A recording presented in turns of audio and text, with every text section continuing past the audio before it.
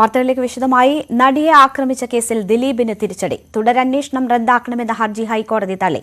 തുടരന്വേഷണവുമായി മുന്നോട്ട് പോകാമെന്നും ഏപ്രിൽ 15-നകം അന്വേഷണം പൂർത്തിയാക്കണമെന്നും കോടതി നിർദ്ദേശിച്ചു.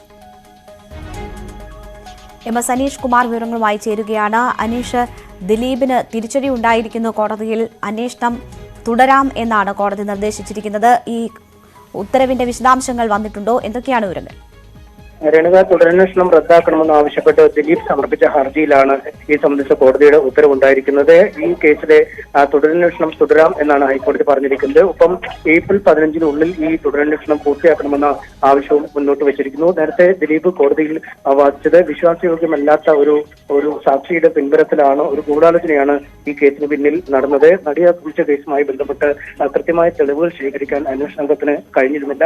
അതുകൊണ്ട് സമാന്തരമായ ഒരു അന്വേഷണം നടത്തി തെളിവ് ശേഖരണത്തിലുള്ള നീക്കമാണ് അന്വേഷണ ഉദ്യോഗസ്ഥർ നടത്തുന്നതെന്നും പറഞ്ഞിരുന്നു. എന്നാൽ കൃത്യമായ തെളിവുകളുടെ അടിസ്ഥാനത്തിൽ ബാലചന്ദ്രകുമാറിന്റെ വെളിപ്പെടുത്തലുകളുടെ അടിസ്ഥാനത്തിലാണ് കേസുമായി മുന്നോട്ട് പോകുന്നത് എന്നാണ് ക്രൈംബ്രാഞ്ച് വാദിച്ചത്. ഒപ്പം ആക്രമണത്തിന് ഇരയായ നടിയും ഈ കേസിൽ കക്ഷി ചേരുകയും ചെയ്തിരുന്നു. ഇത്തരത്തിൽ അന്വേഷണം ഏത് രീതിയിൽ മുന്നോട്ട് പോകണമെന്ന് പറയാൻ ഈ പ്രതിക്ക് അവകാശമില്ല, അല്ലെങ്കിൽ അതിനുള്ള അധികാരമില്ല എന്നൊരു വാദമാണ് നടി മുന്നോട്ട് വയ്ക്കുകയും ചെയ്ത് ഇതിനൊടുവിലാണ് ഇപ്പോൾ കോടതിയിൽ നിന്നും ഉത്തരവ് എത്തിയിരിക്കുന്നത്. എന്തായാലും നേരത്തെ മാർച്ച് 1 വരെയാണ് കേസിലെ തുടരന്വേഷണം നടത്താൻ വിചാരണ കോടതി ഉത്തരവ് നൽകിയിരുന്നത്. എന്നാൽ ആ സമയപരിധിക്കുള്ളിൽ അന്വേഷണം പൂർത്തിയാക്കാൻ കഴിയില്ലെന്ന് ചൂണ്ടിക്കാട്ടി കഴിഞ്ഞ ദിവസം ക്രൈംബ്രാഞ്ച് വിചാരണ കോടതിയെ സമീപിക്കുകയും ചെയ്തിരുന്നു. ഇതിനിടയിലാണ് ഇപ്പോൾ കാലാവധി ഏപ്രിൽ 15 വരെ ഉണ്ട് എന്ന് അറിയിച്ചുകൊണ്ട് കോടതിയുടെ ഉത്തരവും എത്തിയിരിക്കുന്നത്. എന്തായാലും അന്വേഷണ സംഘത്തെ സംബന്ധിച്ചിടത്തോളം വലിയ ആശ്വാസവും ദിലീപിന് വലിയ തിരിച്ചടിയുമാണ് ഈ കേസിലെ ഇപ്പോഴത്തെ വിധി. രേണുക, ശരി. എം.എസ്. അനീഷ് കുമാറാണ് വിവരങ്ങൾ നൽകിയത്.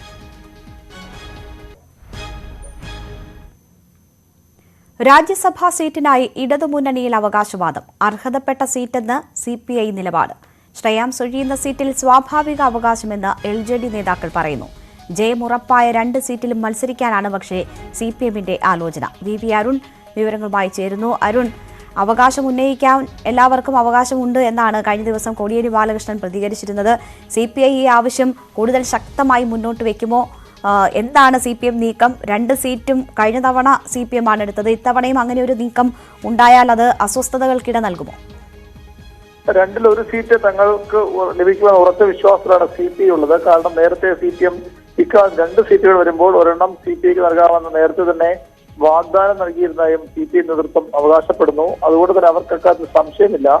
2 സീറ്റിലാണ് ഇടതുമുന്നണിക്ക് ജയിക്കാനാവുന്നത്. 1 സീറ്റ് സ്വാഭാവികമായും UDFന് ജയിക്കാവുന്ന സീറ്റാണ്. അതുകൊണ്ട് തന്നെ അതിൽ 1 CPM മത്സരിക്കും. സോമപ്രസാദിന്റെ ഒഴിവ് വരുന്ന സീറ്റ് CPM മത്സരിക്കുമെന്ന് ഉറപ്പാണ്. മറ്റൊരു സീറ്റ് കൂടി ഏറ്റെടുക്കാനാണ് CPM ആലോചിക്കുന്നത്. പക്ഷേ LJD ശ്രേയാംസ് കുമാറിന്റെ സീറ്റാണ് ഒഴിയുന്നത്. അതുകൊണ്ട് തന്നെ അതിന് സ്വാഭാവികമായ അവകാശവാദം തങ്ങൾക്കുള്ള നിലപാടാണ് LJDക്കുള്ളത്. CPI 1 സീറ്റിനെ അവകാശവാദം ഉന്നയിക്കുന്നു.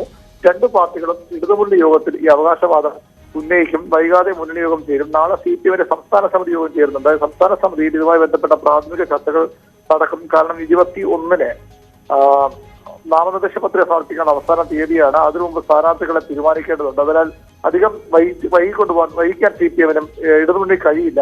അതുകൊണ്ടാണ് നാളെ CPM ചർച്ചയും വൈകാതെ ഇടതുമുന്നണി യോഗവും ചേരും. ശരി. VV അരുണാണ് വിവരങ്ങൾ നൽകിയത്. തിരുവനന്തപുരം വർക്കലയിൽ വീടിന് തീപിടിച്ച് മരിച്ച 5 പേരുടെയും മൃതദേഹം പോസ്റ്റ്മോർട്ടം നടപടികൾക്കായി പാരിപ്പടി മെഡിക്കൽ കോളേജ് ആശുപത്രിയിലേക്ക് മാറ്റി. വർക്കല പഴയ ചന്തയിൽ പച്ചക്കറി കട വ്യാപാരിയായ പ്രതാപനും 8 മാസം പ്രായമായ കുഞ്ഞും അടക്കം 5 പേർ പുലർച്ചെയാണ് മരിച്ചത്. തീപിടുത്തത്തിൽ വീട് കത്തി നശിച്ചെങ്കിലും മരണം പുക ശ്വസിച്ചാണെന്ന് കരുതുന്നതായി ഫയർഫോഴ്സ് ടെക്നിക്കൽ ഡയറക്ടർ പറഞ്ഞു. പുക പടർന്നാണ്, സൂര്യകൾ കണ്ടറിയാം, നല്ല രീതിയിൽ പുക പടർന്നിട്ടുണ്ട്. അപ്പം carbon monoxide, carbon dioxide presence ആണ് ഇതിനൊരു കാരണമെന്ന്, മരണത്തിന് കാരണമെന്ന് കാണും. പൊള്ളലല്ല. നമ്മുടെ ജീവനക്കാർ ഷോർട്ട് സർക്യൂട്ട് എന്ന് പറയാൻ കഴിയില്ല. അത് എനിക്ക് പറയാൻ കഴിയില്ല. ഇലക്ട്രിക് ഇൻസ്പെക്ടർ അത് പറയട്ടെ. പൊള്ളലേറ്റല്ല മരണം. കൂടുതലും നമ്മുടെ ജീവനക്കാർ പറയുന്നത് എല്ലാവരും തന്നെ ആ കുട്ടിയും അമ്മയും ബാത്റൂമിൽ ഇരുന്ന് എടുത്തുകൊണ്ട് പോയത്. അവർക്ക് പൊള്ളലേറ്റിരുന്നില്ല. അവർ പക്ഷേ ഭയങ്കരമായിട്ട് അവസ്ഥയായിരുന്നു. 2 പേര് മരിച്ചു. അങ്ങനെ ഇതുകൊണ്ട് തന്നെ പൊള്ളലേറ്റല്ല. ശാസ്ത്രീയ പരിശോധന ഫലം ലഭിച്ചതിന് ശേഷമേ മരണകാരണം വ്യക്തമാകൂവെന്ന് റേഞ്ച് DIG R നിശാന്തിനി.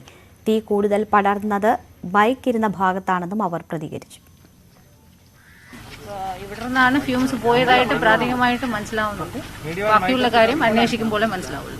ബൈക്കിരുന്ന ഭാഗത്തു നിന്നാണോ മാഡം പ്രധാനമായിട്ട് അവിടെ കൂടുതലായിട്ട് തീ കത്തുന്നുണ്ട്. അത് പ്രോബ്ലി ഫ്യൂവലാണോ എന്തുകൊണ്ടെന്നുള്ളത് ഇനി അവരുടെ എക്സ്പേർട്ടിന്റെ ഒപ്പീനിയൻ വാങ്ങിച്ചിട്ട് പറയാൻ പറ്റും.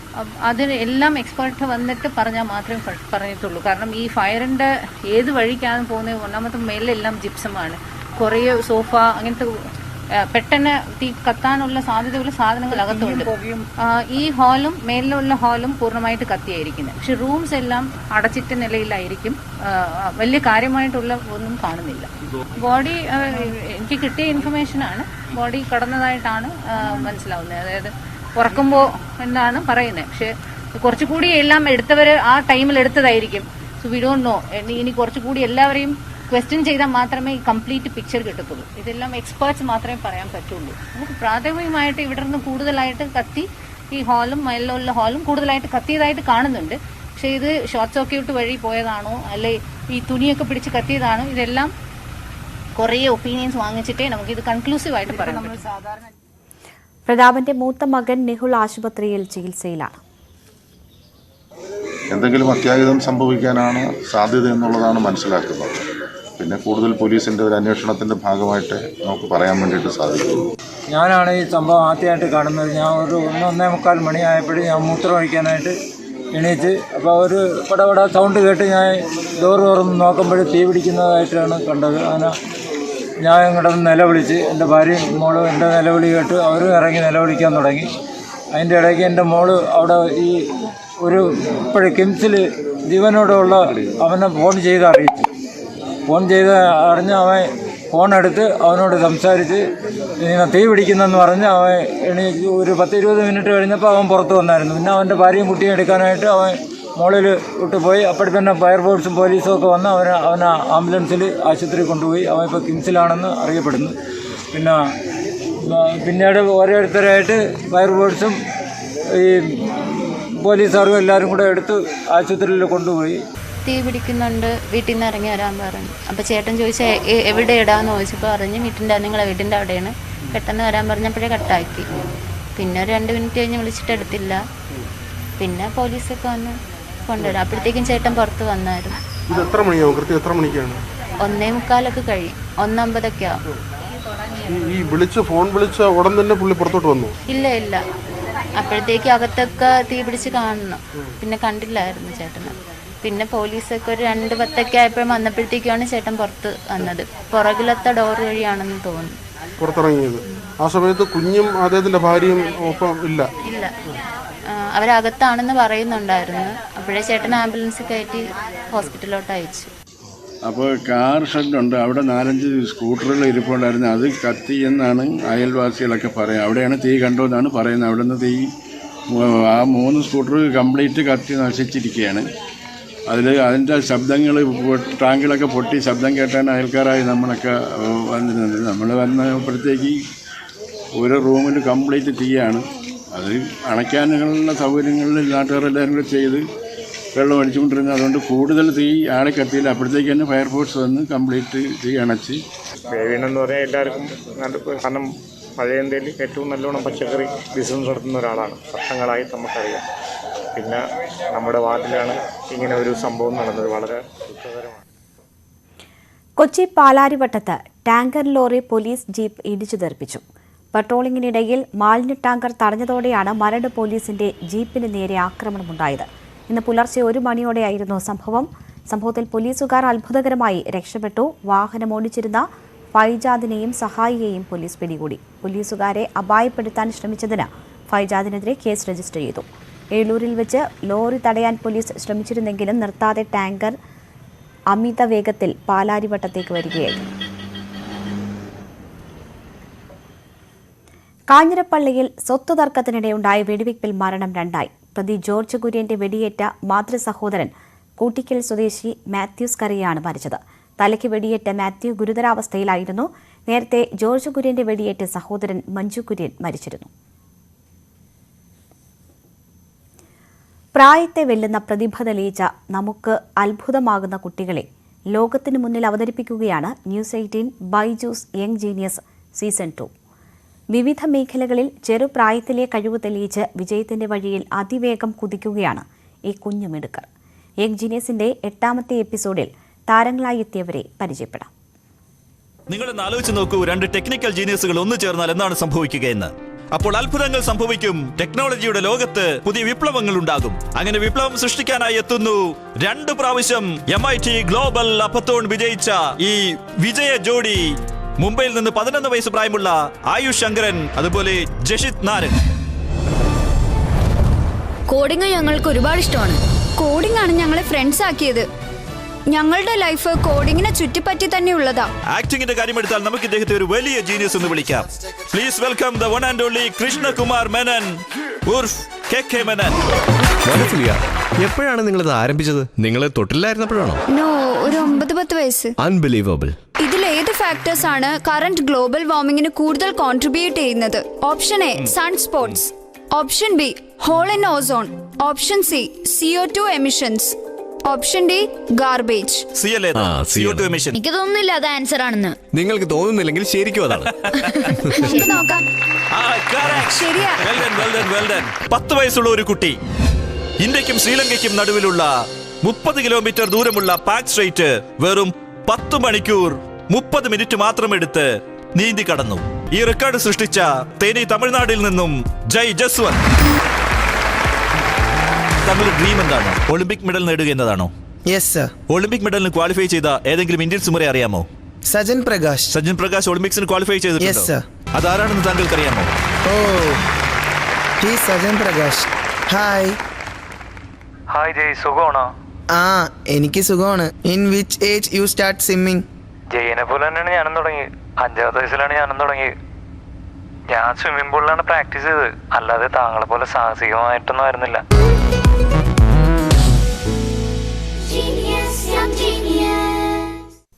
ഇടവേള.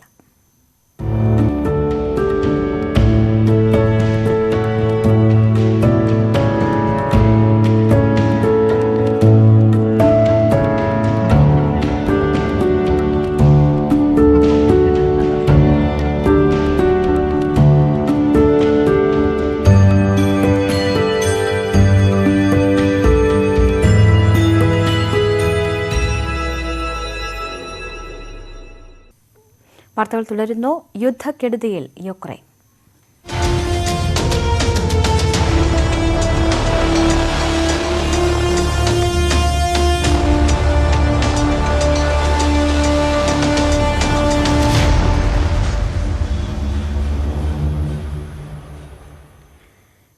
യുക്രൈനിൽ സുമി ഉൾപ്പെടെയുള്ള നഗരങ്ങളിൽ ഇന്ന് വീണ്ടും വെടിനിർത്തൽ പ്രഖ്യാപിച്ചു റഷ്യ. 5 നഗരങ്ങളിലാണ് ഇന്ന് വെടിനിർത്തൽ പ്രഖ്യാപനം. ഇന്ത്യൻ വിദ്യാർത്ഥികൾ കുടുങ്ങിക്കിടക്കുന്ന സുമി ഉൾപ്പെടെയുള്ള 4ഇടത്ത് ഇന്നലെ വെടിനിർത്തൽ പ്രഖ്യാപിച്ചുവെങ്കിലും ഒഴിപ്പിക്കൽ നടപടികൾ പൂർത്തിയാക്കിയിരുന്നില്ല.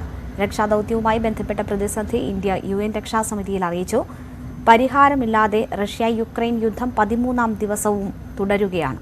ഇന്നലെ ഇരു രാജ്യങ്ങളും തമ്മിൽ നടത്തിയ 3ാം വട്ട ചർച്ചയിലും കാര്യമായ തീരുമാനമുണ്ടായില്ല. ഇന്നും ഇരുവിഭാഗവും ബെലറൂസിൽ വീണ്ടും ചർച്ച നടത്തിയേക്കും. പടിഞ്ഞാറൻ മേഖലയായ സിറ്റേമിറിൽ റഷ്യ നടത്തിയ വ്യോമാക്രമണത്തിൽ 2 എണ്ണ സംഭരണശാലകൾക്ക് തീപിടിച്ചു.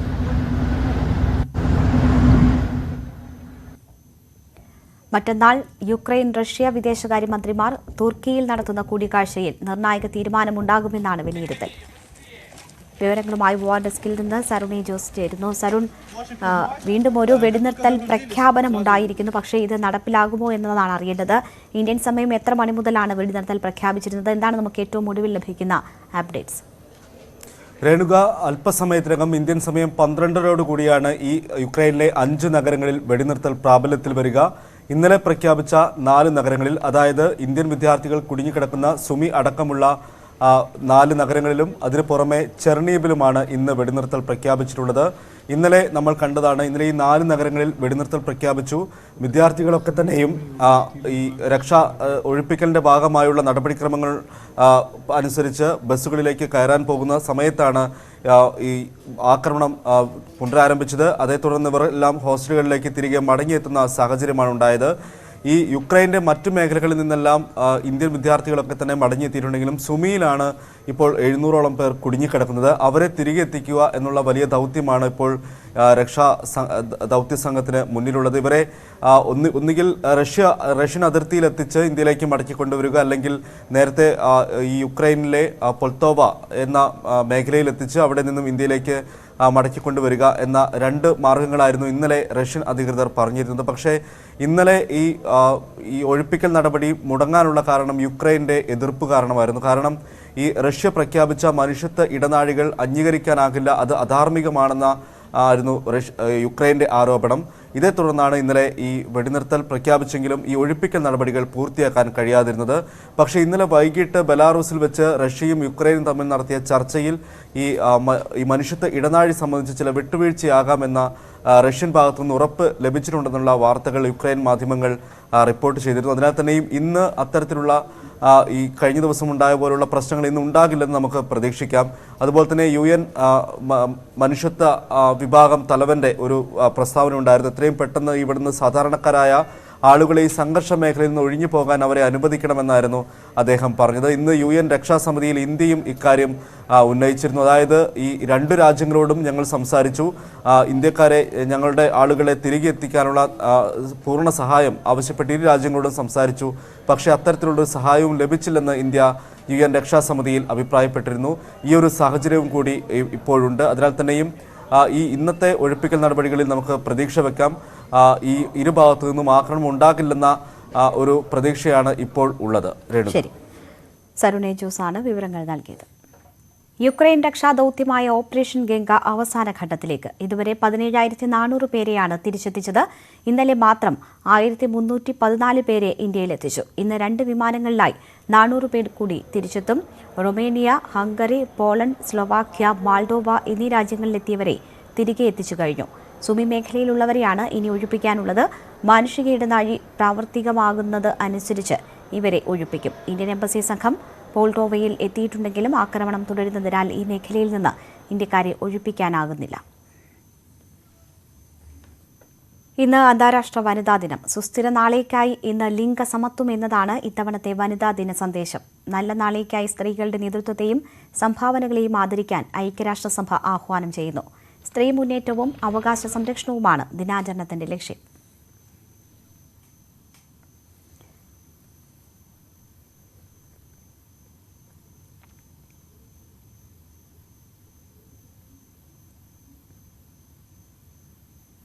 വനിതാ ദിനത്തോടനുബന്ധിച്ച് ഹൈക്കോടതി ഫുൾ ബെഞ്ച് നിയന്ത്രിക്കുന്നത് വനിതാ ജഡ്ജിമാർ. ജസ്റ്റിസുമാരായ അനു ശിവരാമൻ, വി ഷെർസി, MR അനിത എന്നിവരാണ് ഫുൾ ബെഞ്ച് നിയന്ത്രിക്കുന്നത്. ചരിത്രത്തിൽ ആദ്യമായാണ് ഹൈക്കോടതി ഫുൾ ബെഞ്ച് വനിതാ ജഡ്ജിമാർ നിയന്ത്രിക്കുന്നത്.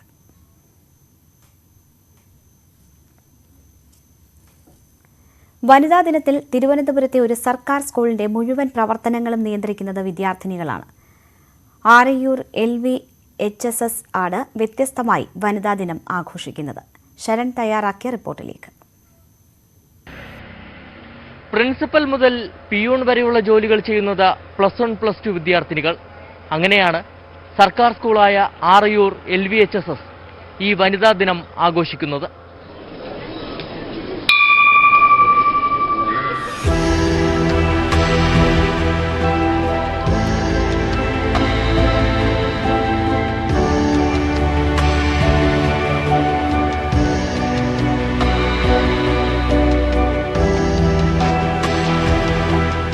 നമസ്കാരം. ഇന്ന് ലോക വനിതാ ദിനം. സുസ്ഥിരമായ നാളേക്ക് ഇന്ന് ലിംഗസമത്വം എന്നതാണ് ഇക്കൊല്ലത്തെ ചിന്താവിഷയം. ലോക വനിതാ ദിനം ആഘോഷത്തിന്റെ ഭാഗമായി നമ്മുടെ സ്കൂളിൽ ഇന്നത്തെ സ്പെഷ്യൽ അസംബ്ലിക്ക് നേതൃത്വം നൽകുന്നതും പ്രിൻസിപ്പൽ സ്ഥാനം അലങ്കരിക്കുന്നതും ക്ലാസുകൾ കൈകാര്യം ചെയ്യുന്നതും ഞങ്ങൾ വനിതകളാണ്. ഒരു വനിത എന്നതിൽ അഭിമാനിച്ചുകൊണ്ടും ഏവർക്കും വനിതാ ദിനം ആശംസിച്ചുകൊണ്ടും ഇന്നത്തെ കാര്യപരിപാടികൾ ആരംഭിക്കാം. സത്യധർമ്മങ്ങൾ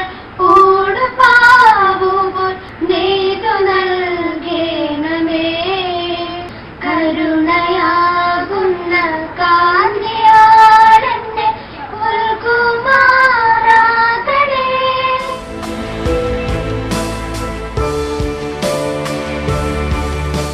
പെൺകുട്ടികൾ വളരേണ്ടത് പൂമ്പാറ്റകളായല്ല, മറിച്ച് തൊട്ടാൽ കുത്തുന്ന കടന്നലുകളായാണ്. എന്നാൽ ഇരുകാലുകളിലെ കൊലുസുകൾ കൊണ്ട് സമൂഹം തീർത്ത ചങ്ങലം മറയ്ക്കാനാണ് നാം അവരെ പരിശീലിപ്പിക്കുന്നത്. മനഃസദസ്സിന് നമസ്കാരം. ഇന്ന് മാർച്ച് 8 ലോക വനിതാ ദിനം. നമ്മൾ ജീവിക്കുന്ന അതേ സൊസൈറ്റി തന്നെയാണ് നമ്മുടെ മാതാപിതാക്കളും ജീവിക്കുന്നത്.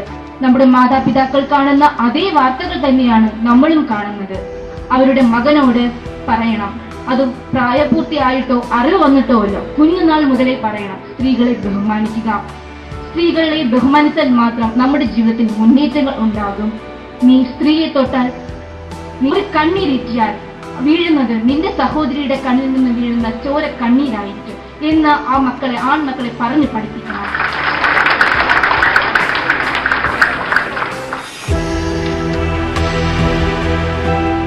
+2 ബയോളജി സയൻസ് വിദ്യാർത്ഥിനി സ്നേഹയാണ് ഇന്ന് പ്രിൻസിപ്പാളിന്റെ ചുമതല നിർവഹിക്കുന്നത്.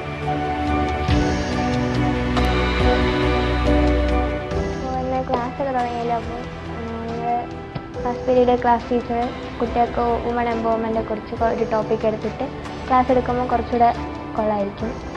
ക്ലാസ്സൊക്കെ നല്ലതായിട്ട് എടുക്കണം. പിന്നെ 2 പീരീഡ് കഴിഞ്ഞിട്ട് ഇൻ്റർവെല്ല് ഫുഡ് കഴിക്കാൻ ആരെയും വെളിയിൽ വിടണ്ട. നിങ്ങൾ കൊമേഴ്സിൽ എടുക്കുന്നു, അപ്പോൾ അടുത്ത ക്ലാസ്സിലെ കുട്ടികൾ കുറച്ച് ക്ലാസ് കഴിയുമ്പോൾ അവിടെ നിൽക്കുന്നുണ്ട്, അതൊക്കെ നിങ്ങൾ മാനേജ് ചെയ്യണം. പിന്നെ എക്സാം ഒക്കെ വരുന്നതുകൊണ്ട് റിവിഷൻ ക്ലാസ് കൂടുതൽ കൊടുക്കണം. അപ്പോൾ എല്ലാവരും ക്ലാസ്സിൽ വയ്ക്കും. എല്ലാവർക്കും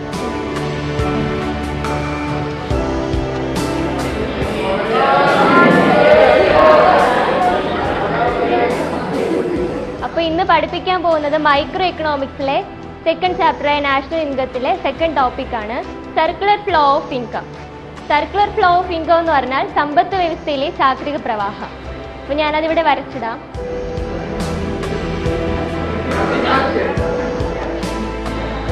ഇപ്പോൾ ഹൗസ് ഹോൾഡ് അവരുടെ വരുമാനം അത്രയും സ്പെൻഡ് ചെയ്യുന്നത് അവരുടെ ഫേംസിലോട്ടാണ്. ഇതൊരു അടഞ്ഞ സമ്പത്ത് വ്യവസ്ഥയാണ്. കാരണം ഇവർക്ക് മറ്റുള്ള മേഖലകളുമായിട്ട് വേറെ ഒരു ബന്ധമില്ല. അതുകൊണ്ട് തന്നെ ഇതൊരു അടഞ്ഞ സമ്പത്ത് വ്യവസ്ഥയാണ്. പിന്നെ ഉൽപ്പാദന ഘടകങ്ങൾ എന്ന് പറയുന്നത് തൊഴിൽ, മൂലധനം, ഇതൊക്കെയാണ് ഉൽപ്പാദന ഘടകങ്ങൾ എന്ന് പറയുന്നത്.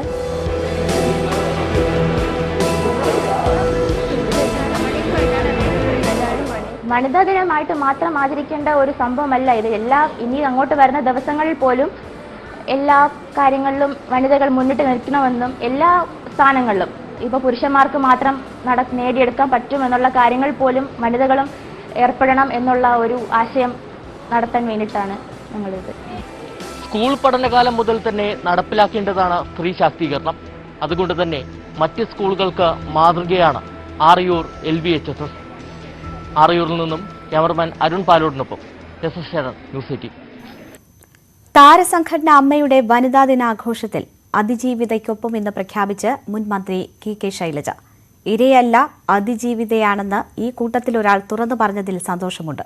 സിനിമാ മേഖലയിലുള്ള പ്രശ്നങ്ങൾ പരിഹരിക്കാൻ സംഘടന മുന്നിട്ടിറങ്ങണം. പരാതി പറയാൻ സ്ത്രീകളും കേൾക്കാൻ സംഘടനയും തയ്യാറാകണമെന്നും KK ശൈലജ പറഞ്ഞു.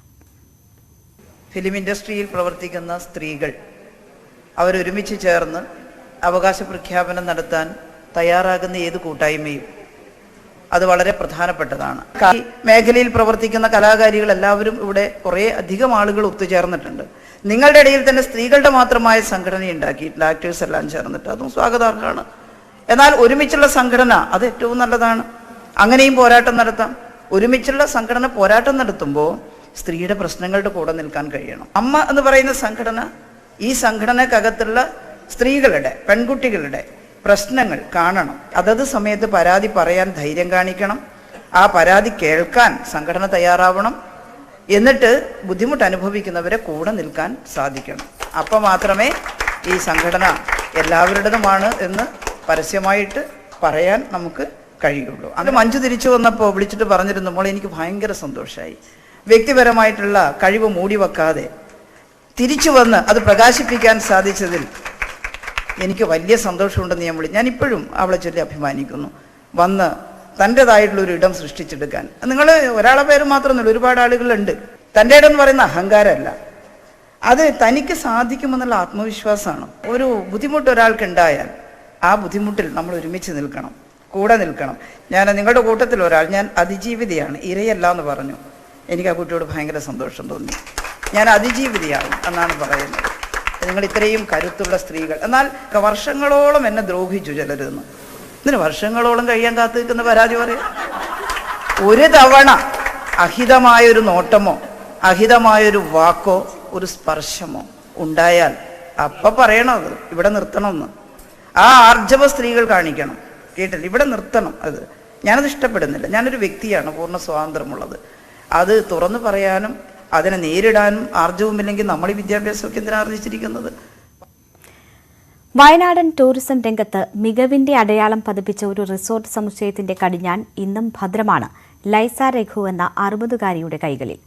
ഒരു മികച്ച സംരംഭക എന്ന നിലയിൽ വ്യക്തിമുദ്ര പതിപ്പിക്കുമ്പോൾ തന്നെ തന്റെ സ്ഥാപനത്തിൽ അഗതികളായ സ്ത്രീകൾക്ക് ആശ്രയമൊരുക്കി കൂടിയാണ് ലൈസ രഘു മാതൃകയാകുന്നത്.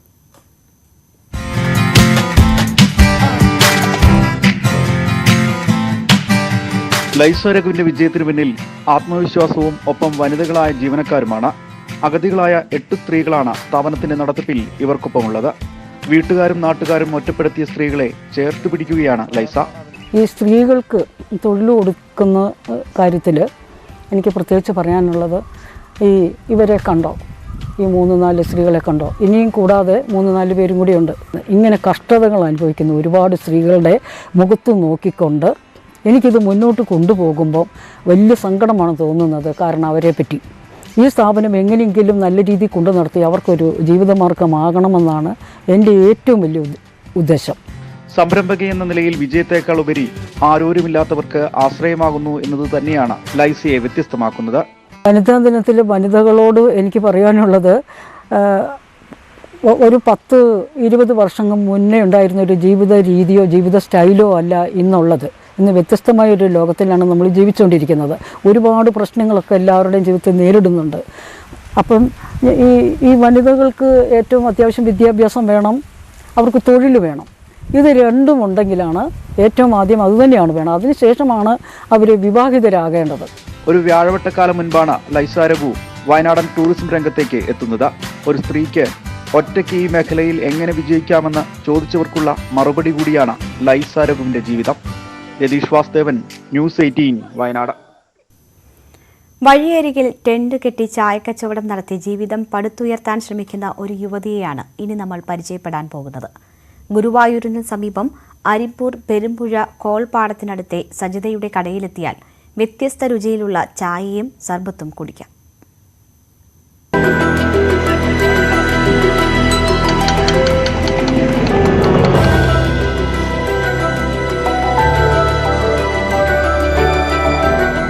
അരിമ്പൂർ സ്വദേശിയായ സജിത ജീവിതം കരുപിടിപ്പിക്കാൻ പല കടകളിലും ജോലിക്ക് പോയി. പക്ഷേ കിട്ടുന്ന ശമ്പളം മതിയാകുമായിരുന്നില്ല പ്രാരാബ്ദങ്ങൾ മറികടക്കാൻ. തുടർന്നാണ് സ്വന്തമായി എന്തെങ്കിലും ചെയ്യണമെന്ന തീരുമാനത്തിലേക്ക് എത്തുന്നത്. വീടിന് സമീപത്ത് തന്നെ ടെന്റ് കെട്ടി ചായയും സർബത്തും വിൽപ്പന ആരംഭിച്ചു.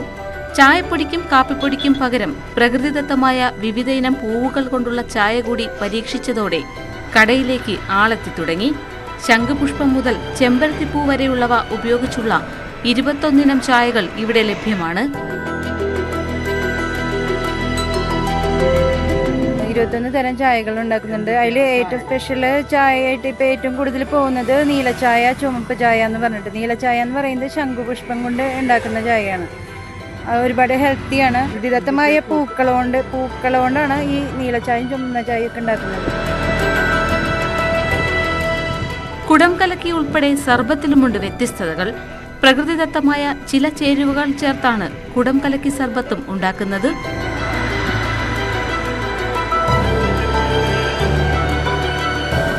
മെയിനായിട്ട് കുടം കലക്കി സർബത്താണ്.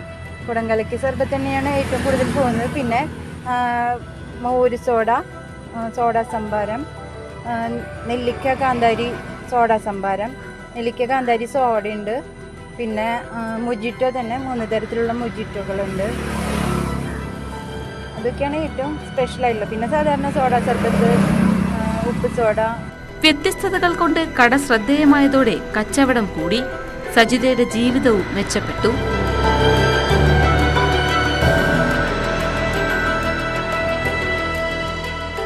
ന്യൂസ് 18 ഗുരുവായൂർ.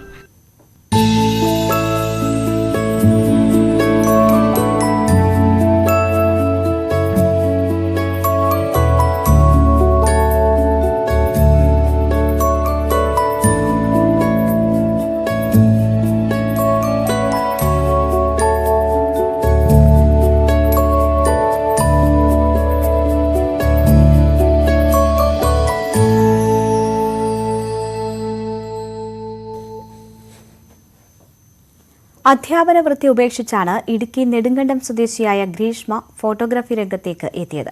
12 വർഷം കൊണ്ട് സ്റ്റിൽ ഫോട്ടോഗ്രാഫി രംഗത്ത് ശ്രദ്ധേയ സാന്നിധ്യമാകാൻ ഗ്രീഷ്മയ്ക്ക് കഴിഞ്ഞു.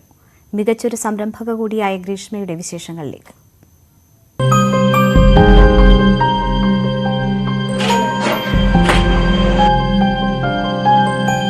ഗ്രീഷ്മയുടെ ക്യാമറ ഒപ്പിയെടുത്തത് ഹൈറേഞ്ചുകാരായ നിരവധി പേരുടെ പ്രിയ നിമിഷങ്ങളെയാണ്. വിവാഹവേദികളിലും ജന്മദിന ആഘോഷങ്ങളിലും പൊതുപരിപാടികളിലുമൊക്കെ അപൂർവ നിമിഷങ്ങൾ പകർത്തുന്നതിന് ക്യാമറയുമായി ഗ്രീഷ്മയും ഉണ്ടാകും. ഫോട്ടോഗ്രാഫിയോടുള്ള താല്പര്യം മൂലമാണ് അധ്യാപന ജോലി ഉപേക്ഷിച്ചത്. ബന്ധുവായ മനോജ് ഹണി ഫോട്ടോഗ്രാഫിയുടെ ബാലപാഠങ്ങൾ പകർന്നു നൽകി. ഭർത്താവ് രാജേഷും ഫോട്ടോഗ്രാഫറാണ്. ഞാൻ 12 വർഷമായി ഈ ഫീൽഡിൽ ഇപ്പോൾ ആയിട്ട്. അതിന് മുന്നേ ഞാൻ പഞ്ചായത്ത് സ്കൂളിൽ ടീച്ചറായിട്ട് വർക്ക് ചെയ്യുമായിരുന്നു. പിന്നെ ആ ഫീൽഡിനേക്കാൾ ഇഷ്ടം എനിക്ക് ഫോട്ടോഗ്രാഫി ആയതുകൊണ്ട് ഞാൻ ഈ ഫീൽഡിലോട്ട് വന്നതാണ്. കോവിഡ് കാലത്ത് ഫോട്ടോഗ്രാഫി മേഖല വൻ പ്രതിസന്ധിയിലായപ്പോൾ ശുചീകരണത്തിനാവശ്യമായ ലോഷനുകളുടെ നിർമ്മാണ യൂണിറ്റ് ആരംഭിച്ചാണ് പ്രതിസന്ധിയെ ഗ്രീഷ്മ മറികടന്നത്. ഗ്രീഷ്മം എന്ന പേരിൽ വിവിധ ഉൽപ്പന്നങ്ങൾ വിപണിയിലെത്തിച്ചിട്ടുണ്ട്. സ്റ്റുഡിയോയോട് ചേർന്ന് വിപണനം നടത്തുന്നതിനോടൊപ്പം മറ്റ് സ്ഥാപനങ്ങളിലൂടെയും ഉൽപ്പന്നങ്ങൾ വിപണിയിലെത്തിക്കുന്നു. കോവിഡ് കാലഘട്ടമായി കഴിഞ്ഞപ്പോൾ കുറച്ച് എല്ലാ കാര്യത്തിലും ഒരു പിരിമുറുപ്പായി കഴിഞ്ഞപ്പം ഞാൻ മെല്ലെ ഒരു 5-6 വർഷമായിട്ട് ക്ലീനിങ് സൊല്യൂഷൻ എല്ലാ സാധനങ്ങൾ ഉണ്ടാക്കുന്നുണ്ടായിരുന്നു. അത് കുറച്ചുകൂടെ വിപുലമാക്കണമെന്ന് ആഗ്രഹിച്ച് അത് ഈ തവണ ഒരു 5-6 മാസം മുന്നേ അതൊന്ന് കുറച്ചുകൂടി വിപുലമാക്കി തുടർന്ന് കണ്ടിന്യൂ ചെയ്തു പോകുന്നുണ്ട്. മ്യൂറൽ പെയിന്റിംഗിലും കരകൗശല നിർമ്മാണത്തിലും ഗ്രീഷ്മ മികവ് തെളിയിച്ചിട്ടുണ്ട്. ഫോട്ടോഗ്രാഫിയിൽ കൂടുതൽ ഉയരങ്ങൾ കീഴടക്കുന്നതിനൊപ്പം കുറച്ച് വനിതകൾക്കെങ്കിലും തൊഴിൽ നൽകുന്ന ഒരു യൂണിറ്റായി ഗ്രീഷ്മത്തെ വളർത്തിയെടുക്കാനുള്ള ശ്രമത്തിലാണ് ഈ വനിത. ന്യൂസ് 18 നെടുങ്കണ്ടം. ചുട്ടുപഴുത്ത ഇരുമ്പ് ദണ്ഡുകളെ മെരുക്കിയെടുത്ത് ജീവിതം കരിപിടിപ്പിക്കുകയാണ് ഇടുക്കി സേനാപതി സ്വദേശികളായ ഓമനയും അല്ലിയും. സംസാരശേഷിയും കേൾവിശക്തിയും ഇരുവർക്കുമില്ല. എങ്കിലും കാരിരുമ്പിന്റെ മനക്കരുത്തുകൊണ്ട് ജീവിതത്തെ നേരിടുകയാണ് ഇവർ.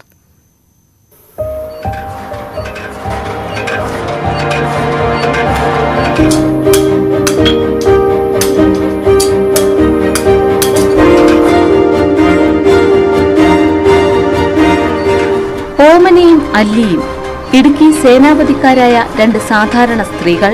കനലിൽ എരിയുന്ന ഇരുമ്പിനോട് മല്ലിട്ട് ജീവിക്കുന്നവർ.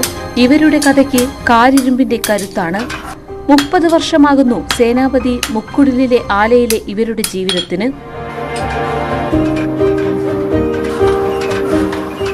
അച്ഛന്റെയും അമ്മയുടെയും മരണശേഷമാണ് ഈ ജോലി തുടങ്ങിയത്. ഓമന ആലയിൽ ഉലയൂതി കനൽ തെളിക്കും. അല്ലി ഇരുമ്പ് പഴുപ്പിച്ച് ആയുധങ്ങൾ രാഗി മിനുക്കും.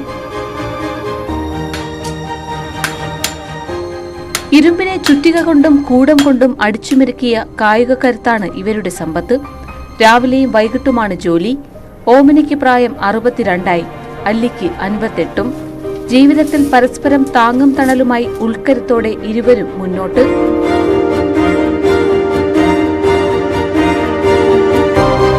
ന്യൂസ് 18 ഇടുക്കി. അന്താരാഷ്ട്ര വനിതാ ഐക്കൺ അവാർഡ് കരസ്ഥമാക്കിയ അഭിമാനത്തിലാണ് നർത്തകിയായ കലാമണ്ഡലം വിജീഷ.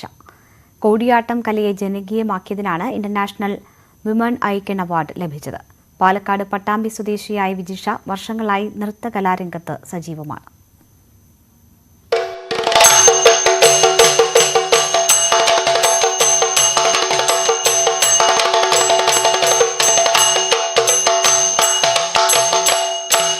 ആത്മസമർപ്പണത്തിന്റെയും കഠിനാധ്വാനത്തിന്റെയും വേറിട്ട പാതയിലൂടെ മുന്നേറി കലാരംഗത്ത് തന്റേതായ കയ്യൊപ്പ് ചാർത്തിയ കലാകാരിയുണ്ട് പട്ടാമ്പിയിൽ. അന്തർദേശീയ വനിതാ ദിനത്തിൽ വുമൺസ് വേൾഡ് റെക്കോർഡ് നൽകി വരുന്ന ഇന്റർനാഷണൽ വുമൺ ഐക്കൺ അവാർഡിന് അർഹയായിരിക്കുകയാണ് കലാമണ്ഡലം വിജിഷ എന്ന നർത്തകി. കൂടിയാട്ടം കലയെ ജനകീയമാക്കിയതിനും കലാരംഗത്ത് നൽകിയ സമഗ്ര സംഭാവനയ്ക്കും നല്ല രീതിയിലുള്ള അധ്യാപനത്തിനും ഏറ്റവും നല്ല അഭിനയ പ്രകടനത്തിനുമാണ് റെക്കോർഡ്. കൂടിയാട്ടം കലയെ തപസ്യയായി കൊണ്ടു നടക്കുന്ന ഈ കലാകാരി വിദ്യാർത്ഥിയായിരിക്കെ തന്നെ യുനെസ്കോയുടെ മികച്ച കൂടിയാട്ടം വിദ്യാർത്ഥിക്കുള്ള അന്താരാഷ്ട്ര പുരസ്കാരം കരസ്ഥമാക്കി. കേരളത്തിൽ നിന്ന് 6 മലയാളികളെയാണ് അവാർഡിനായി തെരഞ്ഞെടുത്തത്. ആദ്യമായാണ് കൂടിയാട്ടം കലയെ പുരസ്കാരത്തിന് തെരഞ്ഞെടുക്കുന്നത്. കൂടിയാട്ടം എന്താണ് എന്ന് പോലും എനിക്ക് അറിയില്ലായിരുന്നു. ഇപ്പോൾ കൂടിയാട്ടം കലാകാരി എന്ന് പറയുമ്പോൾ എനിക്ക് വളരെയധികം സന്തോഷമുണ്ട്. പക്ഷേ അന്ന് ഇതിനെക്കുറിച്ച് ഒന്നും അറിയാത്തൊരു പ്രായത്തിൽ അതായത് 8ാം ക്ലാസ്സിലാന്ന് പറയുമ്പോൾ എല്ലാവർക്കും അറിയാലോ, ആ ഒരു പ്രായത്തിലാണ് ഞാൻ കൂടിയാട്ടം പഠിക്കാൻ വേണ്ടി കലാമണ്ഡലത്തിൽ ചേരുകയും എൻ്റെ അമ്മയുടെയും അച്ഛൻ്റെയും പ്രോത്സാഹനത്തിലാണ് ഞാൻ കലാമണ്ഡലം എന്ന ഒരു വലിയ സ്ഥാപനത്തിലേക്ക് ഞാൻ പോകുന്നത്. ഹൈസ്കൂൾ മുതൽ കേരള കലാമണ്ഡലത്തിൽ പഠനം ആരംഭിച്ച വിജിഷ ഇപ്പോൾ കാലടി സംസ്കൃത സർവകലാശാലയിൽ കേരളത്തിലെ വൈദിക പാരമ്പര്യവും അതിൽ കൂടിയാട്ടത്തിന്റെ സ്വരങ്ങളുടെ ബന്ധവും എന്ന വിഷയത്തിൽ റിസർച്ച് ചെയ്യുകയാണ്. താൻ തിരഞ്ഞെടുത്ത കലയെ ജീവിതത്തിന്റെ ഭാഗമായി തന്നെ മുന്നോട്ട് കൊണ്ടുപോകാൻ ദൃഢനിശ്ചയമെടുത്തിരിക്കുകയാണ് ഈ കലാകാരി. ന്യൂസ് 18 പട്ടാമ്പി. തകർച്ചകൾ വരുമ്പോഴും തോറ്റു പിന്മാറില്ലെന്ന് സ്വർണ്ണക്കടത്ത് കേസ് പ്രതി സ്വപ്ന സുരേഷ്. HRDSൽ ജോലി ചെയ്യുന്നതിന്റെ പേരിൽ വേട്ടയാടലുകൾ തുടരുന്നുണ്ട്. ബ്യൂറോക്രാറ്റുകൾ ഒരു കാര്യവും ചെയ്യാൻ സമ്മതിക്കുന്നില്ലെന്നും സ്വപ്ന സുരേഷ് പാലക്കാട്ട് പറഞ്ഞു. Just go ahead, fight for genuinity. കള്ളം കപടത്തോടെ പോകരുത്. Just go for it. If you are genuine, raise your voice. Kozhikode ജില്ലയിലെ മരുതോങ്കരയിൽ കനാൽ തകർന്ന് വീടുകളിൽ വെള്ളം കയറി. KC മുക്കിലെ കനാലാണ് രാത്രി 12 മണിയോടെ തകർത്തത്. വൻതോതിൽ കൃഷിയും നശിച്ചു. പെരുവണ്ണാമുഴി ഡാമിന്റെ കനാലിലേക്കുള്ള ഷട്ടർ അടച്ചാണ് താൽക്കാലികമായി പ്രശ്നം പരിഹരിച്ചത്. കുതിരാൻ തുരങ്കം ഉൾപ്പെടുന്ന വടക്കഞ്ചേരി മണ്ണുത്തി ദേശീയപാതയിൽ ഇന്ന് അർദ്ധരാത്രി മുതൽ ടോൾ പിരിവ് തുടങ്ങും. വടക്കഞ്ചേരി പന്നിയങ്കരയിലെ ടോൾ പ്ലാസയിൽ ഇത് സംബന്ധിച്ച ക്രമീകരണങ്ങൾ പൂർത്തിയായി. എന്നാൽ നിർമ്മാണ പ്രവർത്തനങ്ങൾ പൂർത്തിയാക്കാതെയും പ്രദേശവാസികൾക്ക് സൗജന്യ യാത്ര അനുവദിക്കാതെയും ടോൾ പിരിവ് നടത്താൻ അനുവദിക്കില്ലെന്ന് സമരസമിതി വ്യക്തമാക്കി. വടക്കഞ്ചേരി മുതൽ മണ്ണുത്തി വരെയുള്ള 26 കിലോമീറ്റർ 6 പാതയ്ക്കാണ് ഇന്ന് അർദ്ധരാത്രി മുതൽ ടോൾ പിരിക്കുന്നത്. തൃശൂർ എക്സ്പ്രസ് വേ ലിമിറ്റഡ് എന്ന കമ്പനിക്കാണ് 2032 സെപ്റ്റംബർ 14 വരെ ടോൾ പിരിക്കാൻ ദേശീയപാത അതോറിറ്റി അനുമതി നൽകിയത്. വടക്കഞ്ചേരിക്ക് സമീപം പന്നിയങ്കരയിലാണ് ടോൾ പ്ലാസ. ഇരുവശത്തേക്കുമായി 18 ട്രാക്കുകളാണ് പ്ലാസയിലുള്ളത്. കാർ, ജീപ്പ്, വാൻ, ചെറിയ വാഹനങ്ങൾ എന്നിവയ്ക്ക് ഒരു വശത്തേക്ക് 90 രൂപയും 24 മണിക്കൂറിനുള്ളിൽ മടക്കയാത്രയാണെങ്കിൽ 135 രൂപയുമാണ് ടോൾ. 140, 280, 430, 555 എന്നിവയാണ് മറ്റു താരിഫുകൾ. എന്നാൽ നിർമ്മാണ പ്രവർത്തനങ്ങൾ പൂർത്തിയായിട്ടില്ലെന്ന് സമരസമിതി ആരോപിച്ചു. പ്രദേശവാസികൾക്ക് സൗജന്യ പാസ് അനുവദിക്കാത്തതിനാൽ ടോൾ പിരിവ് അനുവദിക്കില്ലെന്നും സമരസമിതി വ്യക്തമാക്കി. സംസ്ഥാന സർക്കാരിലെ മന്ത്രിമാരുമായി കൂടിയാലോചിച്ചുകൊണ്ടാണ്, അതുപോലെ തന്നെ ജനപ്രതിനിധികളും മറ്റ് MLA-മാർ MP-മാരൊക്കെ ആയിട്ട് കൂടിയാലോചിച്ചുകൊണ്ട് മാത്രമാണ് ടോൾ പിരിവ് തുടങ്ങൂ എന്നുള്ളത് നേരത്തെ കരാർ കമ്പനി പറഞ്ഞിട്ടുള്ളതാണ്. പക്ഷേ ഇതെല്ലാം ലംഘിച്ചുകൊണ്ടാണ്, ജനങ്ങളെ വെല്ലുവിളിച്ചുകൊണ്ടാണ് അവരിപ്പോൾ പത്രപരസ്യം കൊടുത്തുകൊണ്ട് 9-ാം തീയതി അർദ്ധരാത്രി മുതൽ ടോൾ പിരിക്കുമെന്ന് പറയുന്നത്. ഇതൊരിക്കലും ഇവിടുത്തെ ജനങ്ങൾ അംഗീകരിച്ചു കൊടുക്കില്ല. എന്നാൽ കുതിരാൻ തുരങ്കം ഉൾപ്പെടെ 90% പ്രവൃത്തികളും പൂർത്തിയായെന്നും പ്രദേശവാസികൾക്ക് സൗജന്യ നിരക്കിൽ പാസ് അനുവദിക്കുമെന്നും അധികൃതർ പറഞ്ഞു. നമ്മൾക്ക് ടോൾ പിരിക്കാനുള്ള എല്ലാ പെർമിഷൻ്റെയും വർക്ക് കഴിഞ്ഞിട്ടുണ്ട്. അഡീഷണൽ വർക്കാണ് അതൊക്കെ വരുന്നത്. അത് ചെയ്തുകൊണ്ടിരിക്കുന്നുണ്ട്, എത്തിയിട്ടൊന്നുമില്ല. എത്ര ശതമാനത്തോളം? ഇനിയൊന്നുമില്ല, ഒരു മാസം കൊണ്ട് മാക്സിമം എല്ലാവർക്കും കഴിയും. വഴുക്കമ്പാറയിലാണ് ആകെ ഒരു ചെറുതുള്ളത്. അത് 2 മാസമാവും മാക്സിമം. ഏപ്രിൽ ലാസ്റ്റ് ആകുമ്പോഴേക്കും അത് കഴിയും. 2009 വടക്കഞ്ചേരി മണ്ണുത്തി 6 പാതയുടെ നിർമ്മാണ കരാർ നിലവിൽ വന്നത്. എന്നാൽ നിർമ്മാണം സമയബന്ധിതമായി പൂർത്തിയാക്കാൻ കഴിയാതെ വന്നതോടെ 1286 കോടി രൂപ പദ്ധതിക്ക് ചെലവായി. ഇന്ന് അർദ്ധരാത്രി മുതൽ പന്നിയങ്കരയിൽ ടോൾ പിരിവ് ആരംഭിക്കുമ്പോൾ അതിനെതിരെ ശക്തമായ പ്രക്ഷോഭം സംഘടിപ്പിക്കാനാണ് നാട്ടുകാരുടെ തീരുമാനം. നിർമ്മാണ പ്രവൃത്തികൾ പൂർത്തിയാകുന്നതുവരെ ടോൾ പിരിക്കാൻ അനുവദിക്കില്ലെന്നാണ് സമരക്കാർ പറയുന്നത്. ക്യാമറാമാൻ പ്രജിത് കോങ്ങാടിനോടൊപ്പം പ്രസാദ് ഉടുമ്പശ്ശേരി, ന്യൂസ് 18 പാലക്കാട്. മലമ്പുഴ കൂർമ്പാശി മലയിൽ കുടുങ്ങിയ ബാബുവിന് രക്ഷകനായി മാറിയ മൊബൈൽ ഫോൺ തിരിച്ചുകിട്ടി. രക്ഷാപ്രവർത്തനത്തിന് നേതൃത്വം നൽകിയ ലഫ്റ്റനന്റ് കേണൽ ഹേമന്ത് രാജാണ് മൊബൈൽ ബാബുവിന് തിരികെ നൽകിയത്. അപകട സമയത്ത് ബാബുവിന് തുണയായി മാറിയ മൊബൈൽ ഫോൺ രക്ഷാപ്രവർത്തനത്തിനിടെയാണ് സൈന്യത്തിന്റെ കൈവശമെത്തിയത്. രക്ഷാദൌത്യത്തിനിടയിൽ മൊബൈൽ ഫോൺ തിരികെ നൽകാൻ വിട്ടുപോയിരുന്നു. ഇത് തിരികെ നൽകാൻ ഹേമന്ത് രാജ് നേരിട്ടെത്തുകയായിരുന്നു.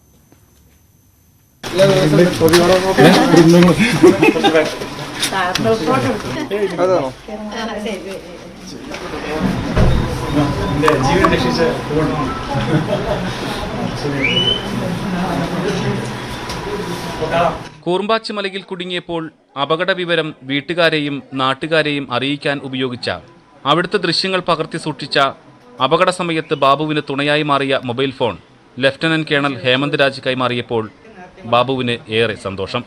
ഊട്ടി വെല്ലിംഗ്ടണിലെ സൈനിക കേന്ദ്രത്തിൽ നിന്നും അവധിക്ക് നാട്ടിലേക്ക് പോകുന്നതിനിടെയാണ് ഹേമന്ത് രാജ് മൊബൈൽ ഫോൺ തിരികെ ഏൽപ്പിക്കാൻ ബാബുവിന്റെ മലമ്പുഴ ചേറോടുള്ള വീട്ടിലെത്തിയത്. പ്രിയപ്പെട്ട വാഹനമായ ഹാർലി ഡേവിഡ്സൺ ബൈക്കിലാണ് ലഫ്റ്റനന്റ് കേണൽ എത്തിയത്. കുശലം ചോദിച്ച് സെൽഫിയുമെടുത്ത് നാട്ടിലെ ഉത്സവത്തിന് ക്ഷണിച്ച ശേഷമാണ് ഹേമന്ത് രാജ് മടങ്ങിയത്. ഹേമന്തിനൊപ്പം ബാബു അല്പദൂരം ബൈക്കിലും സഞ്ചരിച്ചു.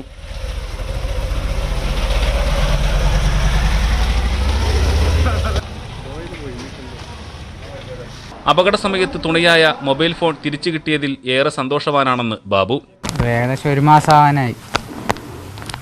ഫോണ് സാറ് ഹേമന്ത് സാറെ കൊണ്ട് തന്നപ്പോൾ പോയതോളം വളരെ സന്തോഷമുണ്ട്. എൻ്റെ പിക്ചേഴ്സൊക്കെ എല്ലാം അതിൽ കിട്ടിയിട്ടുണ്ട്. ഇപ്പോൾ തന്നെ ഒന്നും കളഞ്ഞു പോയിട്ടില്ല. പാറയിടുക്കിൽ കുടുങ്ങിയപ്പോൾ പകർത്തിയ ദൃശ്യങ്ങൾ ബാബു ഒരിക്കൽ കൂടി കണ്ടു.